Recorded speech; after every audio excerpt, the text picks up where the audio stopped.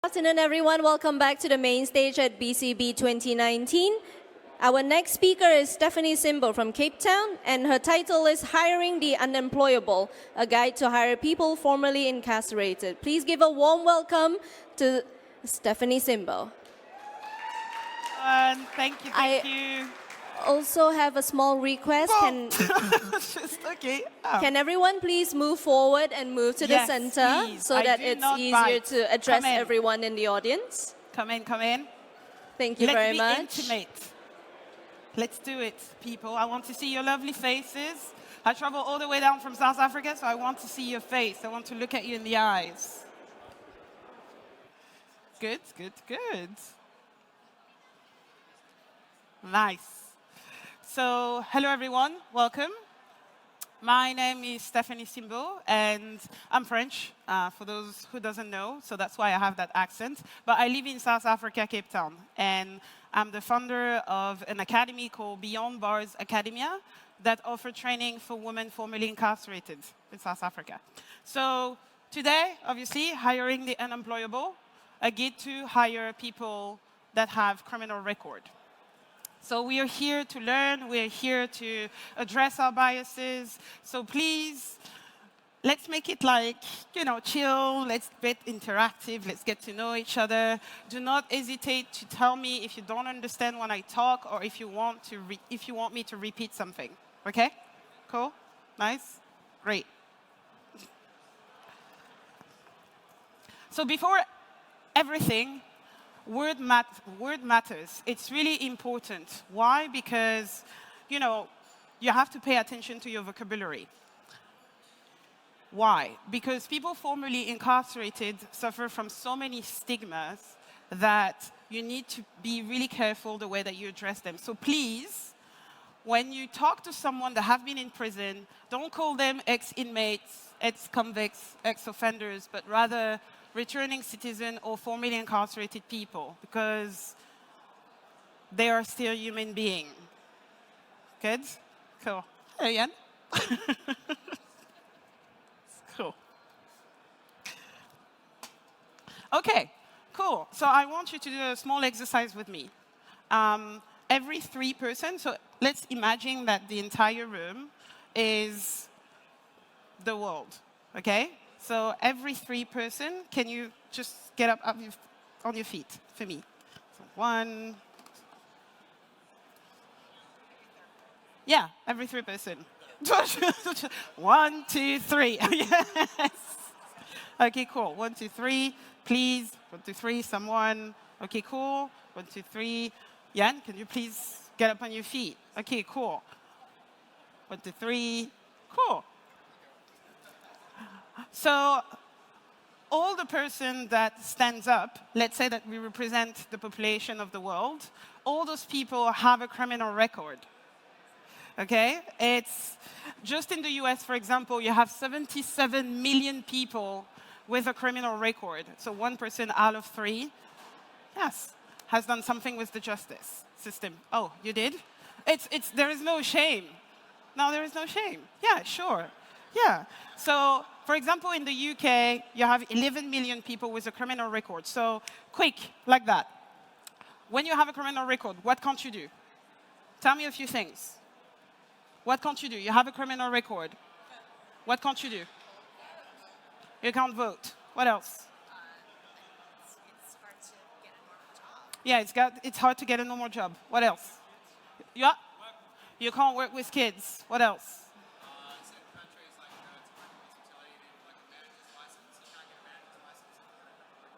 Yes, sure. What else? Yep. Exactly. So you can't be treated equally without being judged. Thank you so much for the people that thank you so much. So a lot of people don't realize, but when you have a criminal record, there is a lot of things that you can't do. I was supposed to do that talk with Incroyable. And unfortunately, when we left Cape Town, he got stopped in Amsterdam and sent back to South Africa. You can't travel. Also, you can't claim housing benefits. in the UK, for example, if you have a criminal record and you're trying to have housing, social housing, you can't claim housing benefits. If you do hold a criminal record, yes, you can't. Yes, I know. I was really surprised. You are also subject to discrimination in insurance. So usually insurance company, when they see that you have a criminal record, they just ask you to pay premium price straight away. They don't even think about what's your offense, what have you done, who you are. They're like, okay, cool, criminal record, boom, you pay high price, no matter who you are. You can't visit the US, you can't go to Australia, and apparently you can't go to Germany either, you know. And you can't get into the medical field. So no matter what you did, if you want to become a nurse, let's say you have a change of mind, and despite your love for the hospitality industry, you want to save people's lives, that's not going to be possible for you. Last but not least, if you want to work as a bartender in a government space, an embassy or something like that, you actually can't. But before all of that, let me rewind and actually introduce myself and who I am. So, you know, you don't just wake up one day and you're like, oh, I'm going to train people formerly incarcerated, or I'm going to just visit prisons all around the world and just see what I can do to it. You just have someone like this gentleman. So his name is Ben, and it all started because of him. So Ben is my brother. He's my older brother. And when I was 10, he ended up on the wrong side of the justice system. Unfortunately, Ben wasn't in any gang. He didn't do anything. He was just in a car that happened to have weapons. And that wasn't even his car. But, you know, I grew up in the ghetto. You're a black man. They don't even bother. They're like, OK, cool. You're in a car. You have a weapon in the car. And because I grew up in those environments, snitches get stitches. You do not talk. You do not give name. You just take the fall for everyone. So he took the fall for everyone, and he went in prison for a year. When he got out, he lost everything. So he had a scholarship to become a professional rugby player, and he had, a scholarship to even go into university, and he lost everything. He got desperate, and he tried to kill himself. I happened to be there on that night and have a really long conversation with him about what's going on, how can I help? And, you know, I was 10. I didn't really understand all those things. What I understood is that the world was seeing my brother in a way that I didn't. The world was seeing my brother's criminal record, but not the human being behind it. So since that moment, I made him a promise, and I said to him, well, I don't understand what a criminal record is, but I will promise you one thing. I will always see the human being behind the criminal record, no matter what happened. So crazy as I was, I went to my mom, and I said, how can I help someone that have a criminal record? And my mom was like, well, I don't know. But my mom was a chef, and I've learned that the hospitality industry is one of those wonderful industries where if you work really hard, you can find a second family, you can have an amazing career. And I was like, OK, cool, that's definitely what I want to do. I want to go towards that industry. I want to open a restaurant, and I want to hire people with criminal record. So it took me about 23 years. Law school, business school. I saved up money for 10 years. And then one night, I was like, I'm ready. I've been working in the hospitality industry for 10 years. I saved up $75,000. Let's do it. I ended up in Cape Town. Cape Town is a beautiful space, by the way. Please, guys, come and visit. We would love to welcome you. So I ended up in Cape Town. And when I arrived in Cape Town, I didn't know anyone. I didn't know anything about the criminal system. And this is where I realized that it's actually bigger than I thought. So to give you a bit of context, in Cape Town, the recidivism rate is 85%, which means that 85% of people that get released within 6 months reoffend and get back to it.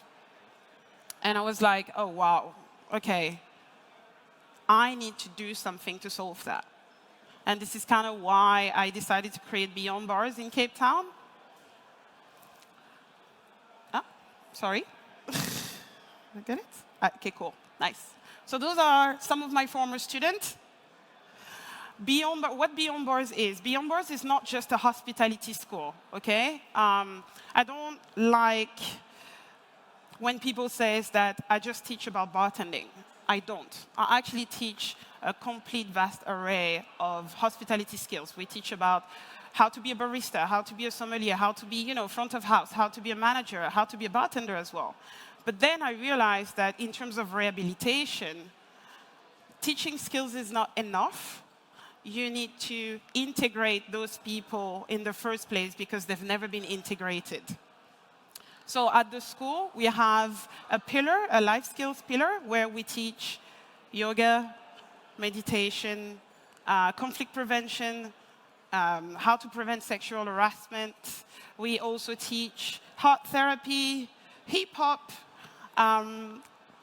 We teach them how to swim because we realized that instead of teaching them skills, we needed to empower people. And that made them better bartenders, actually. I love how you know, Diane. Thank you so much. So I'm here to not just tell you about my story. I'm also here to tell you that it's really worth it to hire people that have been in prison because it's just a pool of amazing, creative people. And yes, some of them did mistakes, and they actually served their time. So now, you have a chance to actually meet interesting people that can make your business even 10 times bigger. So why it makes economic sense? They already served their time. When they've been in prison, convicted, tried, and they got out, they finished. They paid their debt to society. So please don't make them pay more of their time already, okay? There is no studies whatsoever that shows that hiring someone formerly incarcerated contribute to increased crime. Not a single study globally state that. The second point is a thing called the Becker Model. So the Becker Model, it's a psychology report that says that individuals for whom the cost and the benefits of crime are close in expected value or superior will commit less crime as their legal opportunities improve. So let me put that in context, okay? So last year, we had our first promotion of students. 10 students. They all enrolled. They all been there for 6 months. And at the end of the 6 months, we placed them, okay? I told you that in South Africa, you have 85% recidivism rate. So 85% of people released within 6 months return to prison. So far, so good. It's been a year and a half, and not a single of my students have been to jail. Back to jail. So it's 100% success rate. It works. Thank you. And when you look at those things, you realize that it's not just one life that you impact, but it's an entire community. So yeah, so they serve their time already. Treat them like human beings. They work extremely hard. When you hire someone that never had an opportunity to work when they got released, they want it. They're hungry, When you're in a desperate situation, when you need to put, bread on your table, and someone actually gives you that chance, you want it. Trust me, you really don't want to blow it. A lot of people think that people come back to prison because, oh yeah, they have a roof over their head, they eat 3 times a day. But that's actually not true. In South Africa, so the stage would be 1 cell. And in South Africa, you have about 25 people into that cell with 1 toilet. So trust me, prison is not great. Prison is not romanticized, like as you can see in like Orange is the New Black or something like that. It's not like this. So when I said that they work extremely hard, it's not just in the hospitality industry. There is a study, a Harvard study actually, in 2016 that studied felon with waiver to enlist in the army. So, you know, when you are a felon, you can't enlist in the US Army, right? It's forbidden. But during the war of Iraq and the war of Afghanistan, the US needed to have more soldiers. So they give to felons waivers so they can enlist to the army. So that Harvard researcher, she discovered that of all the felons that received the waiver, 1 million of them, actually, soldiers with felony waivers got promoted faster and to higher level.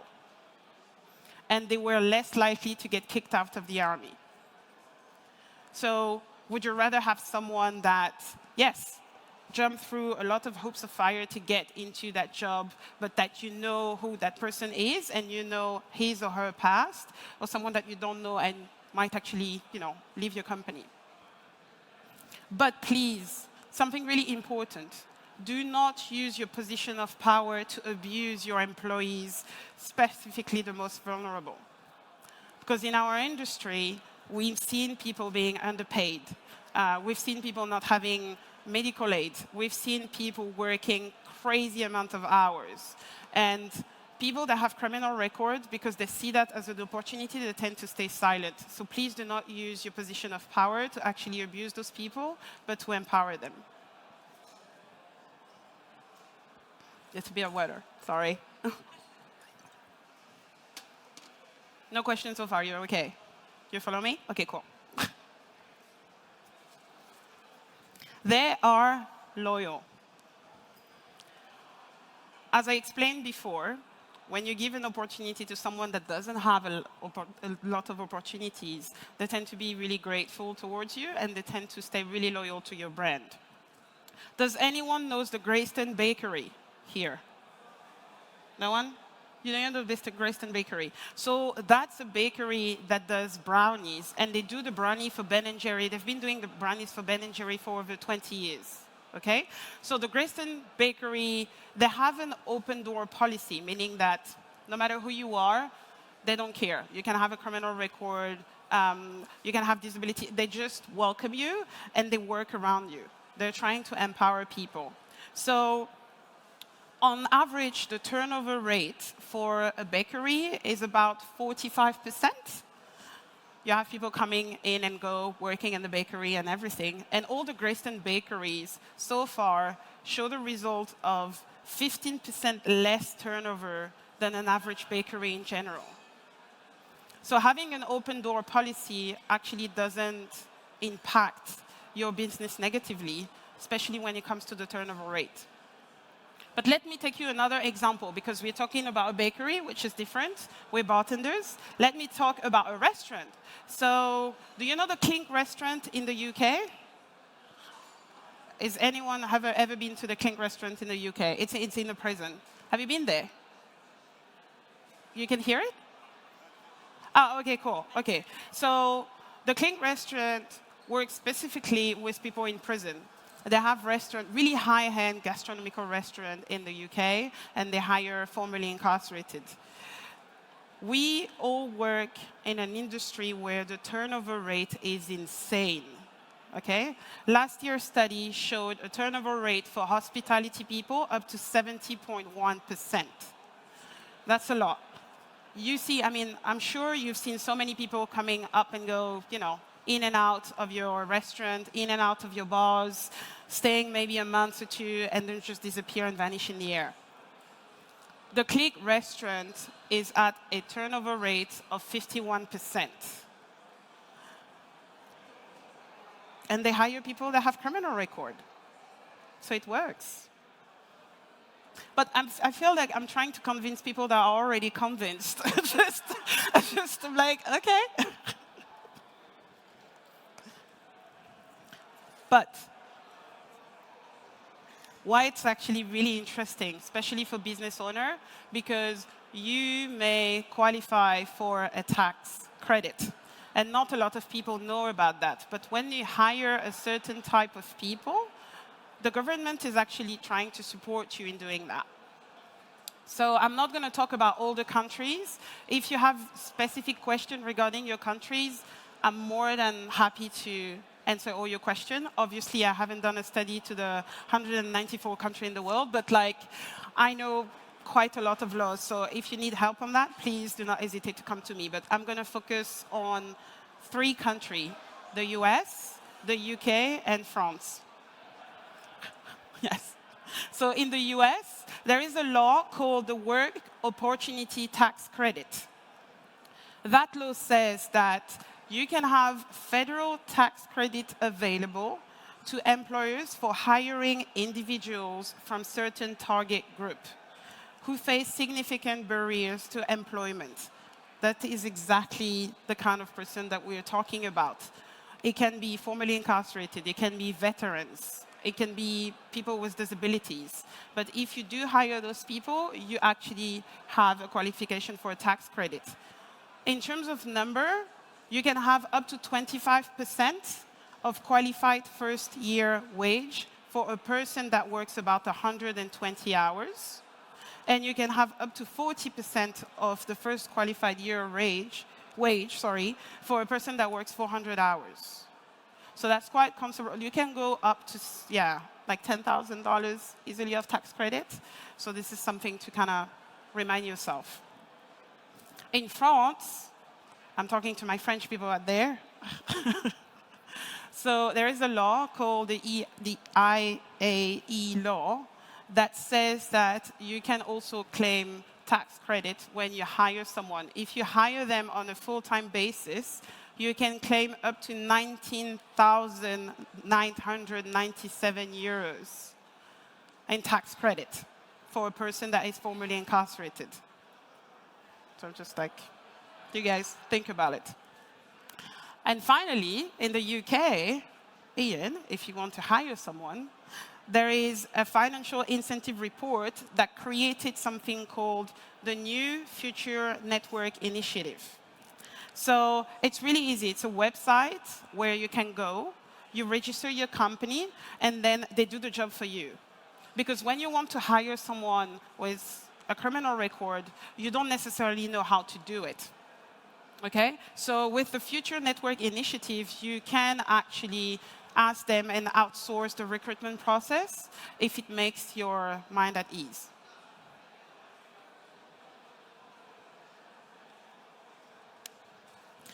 You help rewrite the narrative.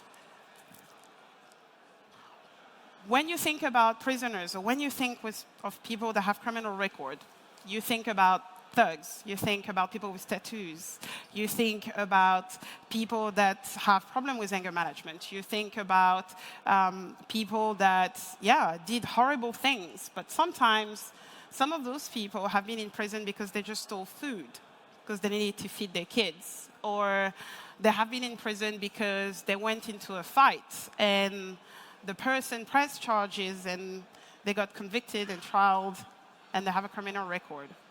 So by hiring someone that have a record, you help rewrite the narrative. And this is why you're all here today. Thank you so much for coming, by the way. There is a case study by Young and Power from 2015 that says that increased exposure to people formerly incarcerated promotes positive employer relationship with them and potential future employees. So the more you are surrounding yourself by people with criminal record, the less bias you have, and obviously the best your relationship gonna go with them. Okay? So it's like when you reduce your bias with people of color, for example. The more people of color you have around you, the more you get to know them, the more your biases and your, hidden stereotype and bias just, do the thing. But let me tell you a story. Nwabisa was the valedictorian at my school. She used to be a sex worker for many years, And she also stole quite a lot of things, like in and out in prison. She grew up in a broken home, and she didn't really know what to do. She had 3 kids, and she was like in and out in prison. Literally everyone knew her in prison, and she didn't have any exit route. One day she encountered us. She get into the program, and for 6 months, she does amazing. She has like the best grade. She's super motivated. She's driving the entire class. At the end of the 6 months, she got that job in a hotel in Johannesburg as a front of house person. You know, she was just a waiter, and she started working with them. Within 6 months, she turned and became the general manager of that same hotel. She was hungry. She was working hard. And this is why I'm saying when I said you can help rewrite the narrative, because that person that didn't have any exit strategy now has one. And because she now works for that hotel and she's in charge of recruitment, she can actually hire more people and change people's perception about prisoners. So when you go to her hotel, she also created those nights where she invites people that have criminal record and business owner so they can have conversation and discussing about how they can all work together. So yeah, and who doesn't like a success story? I do. So yeah, so when you have someone like that and you are interested and you want to jump in the pool and be like, yes, I'm ready, I want to hire someone that has a criminal record, how do I do it? You have different way, okay? You have different way. And I'm not here saying, I'm not a Teletubbies, I'm not here saying that it's perfect and, you know, you can hire those people and everything's gonna be okay. I am not saying this, okay? We're still human beings, we have flaws, but you can have some processes put into place so you can avoid having a bad experience. And one of those processes is having a recruitment policy that is really, really strong. So in Beyond Bars, we have an internal HR policies. So if you want to get into the school, you have to jump literally through different steps. One of the first steps is you have to have a vouching letter from the Department of Correctional Service. This is not something that only we can ask. You can actually ask when someone is on parole or when someone is released, oh, can I have the phone number of your parole officer? Can I know a bit more of who you are? And you can have access to those things. But obviously, do not do that behind the back of the person. You know, can I ask them before? So yeah, so you can have an internal HR policy. We do drug tests, random drug tests. Every month, I'm just going to pop in the school with like those little cups, and like I'm just going to ask them to pee in a cup and see what's going on. It's not that we want to be police officer or anything, but it's just that we want to make sure that the trust is not broken from both sides. So this is also the kind of thing that you can put into place. We also have a game recruitment day. There is one thing about asking people to play a game. When you have someone during an interview, you have that person, and that person can lie.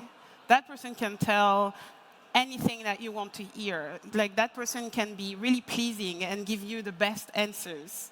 But later down the stage, when you have them at work, it doesn't really, you know, stick up. So what we've done is that we took games and we incorporated them into our recruitment process. So for example, we have a game where we ask them to, do you know the bunker game? The bomb shelter? No, you're not. Okay. So that game is you have 10 person around the table and you tell them that the earth is gonna not being livable and there is only a bunker and there is 9 spots available and there are 10 and each one of them has to defend themselves and say, why do they deserve a spot into that bunker? And in democracy, they have to vote for someone to get out of that bunker. And that person then have 30 seconds to kind of vote their way back in. And if they manage to do that, the entire group is actually out. So it's like you learn a lot of things. You learn critical thinking, you learn leadership, you learn creativity. And I encourage people to actually use more games or more situations like that when they try to hire someone. It's not necessarily only for people with criminal record, but also for anyone. You can learn a lot just by looking at someone play. Otherwise, if you don't have time to put all this stuff together, because everyone is super busy, I'm busy, you're busy, you can outsource your HR policy. And as I explained to you before, in the UK, for example, you have the new Future network that will do that for you. So what do? Is that you go on that website, you register your company, you say, OK, I own a bar, I'm looking for 2 persons, starting at that date. The kind of profile that I want is X, Y, and Z. Then they will come back to you. They will do a site visit to make sure that everything is on point. And after that, they will send you profiles. So it's not like they send you just one person. They actually send you a number of people that you can then select if you want to. But so you know, all those people that will be sent to you will have gone through an extensive recruitment process, seeing psychologists, having drug tests, seeing a parole officer. So then when they arrive on your desk, they already have been through an extensive research and you know exactly who they are. That's the thing. When you come to working with people with criminal record, we work in an industry that is highly stressful. And a lot of people are worried. When they come to me, they're worried and they're like, well, if I hire someone that have been in prison, they might have anger management issues, and I don't really feel comfortable about putting them around alcohol, or I'm not feeling comfortable into putting knife into their hands. This is completely understandable. But you also have ways to avoid those kind of things. So this is why your recruitment policy has to be really tight. And I encourage in your training material to have things like anger management courses. You know, this is something that can be applicable to everyone. Because as I said, we work in an industry where there is a lot of pressure, and we constantly have to put on a show. But what happens when your life is in shambles and you need to smile and be perfect in front of everyone? So that's why you have those things like the Future Network company that actually offers those kind of course inside your establishment to make sure that you have people that are prepared to work in those fast-paced environments. Otherwise, if you want to hire people with with criminal record and you don't know how to do it, you can ask me, because I know what I'm doing, yes. That's actually the ladies from my promotions. And they were super excited when they learned about BCB and me coming here and everything, because in South Africa, we don't necessarily have all those events. We don't necessarily have all those bartenders coming in and everything. But let me tell you something about them. When they started 6 months ago, they didn't know anything about bartending. They didn't know anything about, they didn't even know what a mojito was, okay? And at the end of the 6 months, some of them applied for the Bacardi legacy. Some of them wanted to apply for world class. But that's something different, yeah. But what I'm saying is that you can teach a lot of skills to people really easily, but those women, all of them started as someone that didn't have any hope, anything. They didn't know, they couldn't project themselves into the position that they are now. And now all of them they are managers of their establishment, literally all of them. Not a single one of them is just, no, they're all managing their place. So it all started by someone that wanted to give them their chance. All our partners, myself, and today I'm asking you to kind of jump on the pool and to do the same. Trust me, you won't regret it. It's actually really an amazing human experience. You're going to learn a lot from them. And trust me, like people in prison, if there is one thing that they have loads, is time. And with time comes creativity, with time comes resilience. So you're going to have a pool of candidates and a pool of staff that is incredible. So yeah, just literally like jump in it, don't hesitate, and yeah. So do you have questions? You have questions? Yes. Did you face any challenges working with, Do you work directly with prisons so that you have contact with people straight off the bat? And if so, have you faced any challenges working with different types of prisons? And yeah. Yes. Yeah. So in Cape Town, I work with two kind of person. I work with Portsmouth Prison, which is the maximum security prison, and I also work with the Department of Correctional Services. So the Department of Correctional Services have people on parole or people that have been released for a longer time, whereas the maximum security prison, literally they get out and then they come to the school.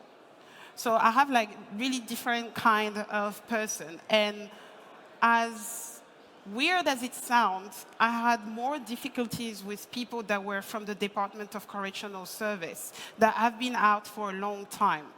Because when you are in prison, your life is structured. You wake up at that time, you go eat at that time, you go to sleep at that time. So when they get released and they enter into the school, it's still some kind of a structured environment. So it's not something different for them. But can you imagine someone that have been in prison for, let's say, 10 years, and then they get released, and for a year, they get back to where they are, like their environment, their family, their friends, and everything. You have about half of the percent that, half of the people that get released in South Africa, I'm saying, that get anxiety attack just by being released, and that actually sabotage themselves because they don't want to get released. When they get out, they have so much choice. They have so much temptations. So yeah, so it was really difficult for me to work with people that have been released for like more than 6 months, a year, because they went back into their old habits, and sometimes the toxicity was inside their own home. So I had to kind of deprogram everything and, give them that safe environment to learn, to stumble, and to be able to progress. So, yeah. Yeah, thank you very much. Yeah. So my question is more about how do you, or is there a way where you profile what kind of support they need based on, what the crime was? Like, you talked about drug tests. So would everybody be subject to a drug test, or is it if you were incarcerated because you had a drug problem? So at the school, I actually didn't talk about it, but at the school, we are living on a campus.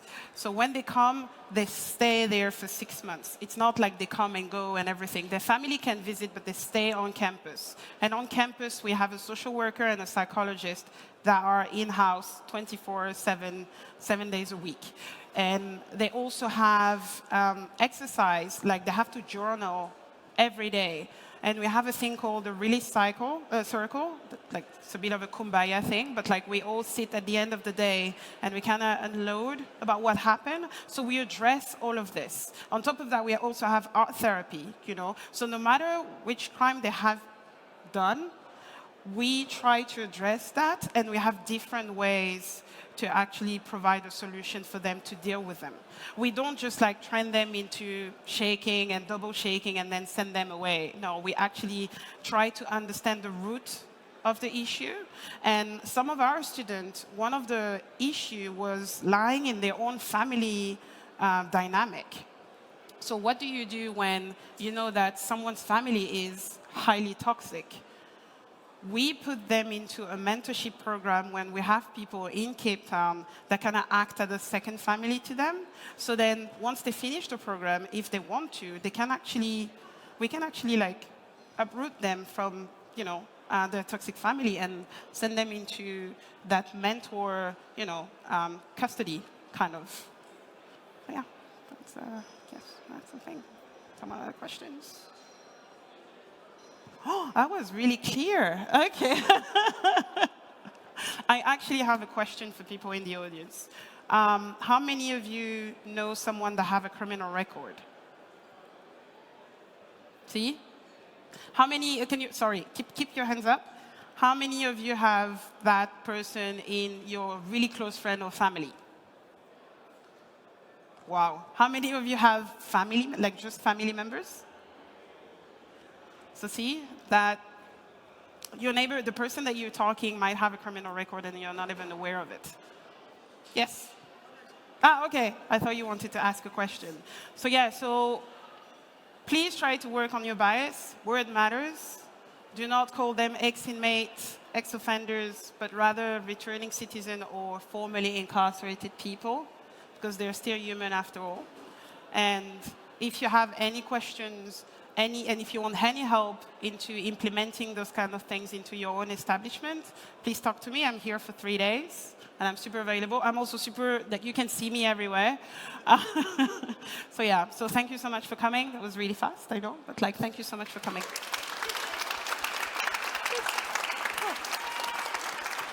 Oh, and come to Cape Town, please. It's South Africa. We have space, we have dormitories, we have beautiful, we have a mountain, we have everything. So please come to Cape Town.